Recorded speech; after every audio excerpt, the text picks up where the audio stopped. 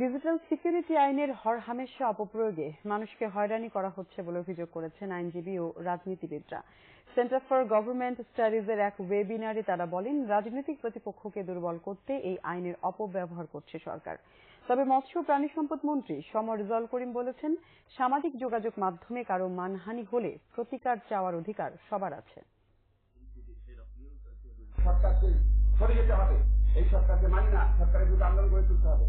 আর এই সমস্ত কিছুই আপনি গণতন্ত্র বিরোধী বলে আপনি আমাদের বোঝাতে পারেন। এটা কিন্তু আসলে গণতন্ত্রের পক্ষের পক্ষে। তারপর আমি একটা কথা বলছি, সে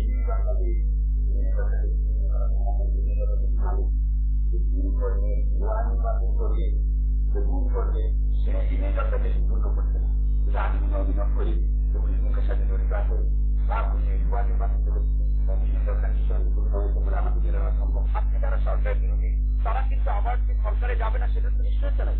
নির্বাচনের মধ্যে দিয়ে তো ক্ষমতার পালাবদল ঘটে, তাহলে কেন তারা আইন তো একটা রাষ্ট্রের জন্য করা হয়, সে আইনের বিরোধিতা করছে?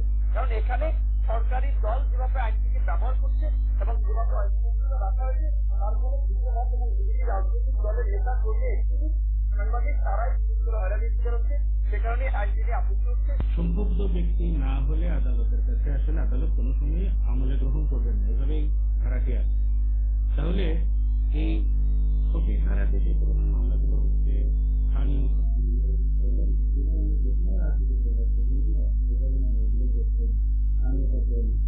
তাদের তো মামলা করার জন্য একটি আছে।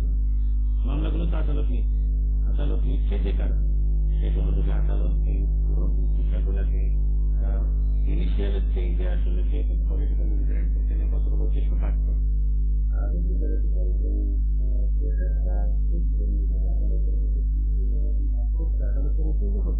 বাংলাদেশে কিন্তু আইনের প্রয়োজনীয়তা অবশ্যই আছে।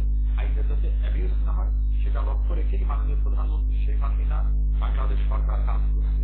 এটা সাংবাদিকদের সিকিউরিটি দেওয়ার জন্য, ডিজিটাল প্ল্যাটফর্মদের সিকিউরিটি দেওয়ার জন্য, অ্যাবিউজ যারা করে তাদের সিকিউরিটি, তাদেরকে বিচারের জন্য আনা, জঙ্গিবাদ, সন্ত্রাস, ভয়াবহ অপরাধের উত্থান যাতে না হয়, এই মাধ্যম ব্যবহার করে যারা তারা অপরাধ করতে না পারে সেজন্য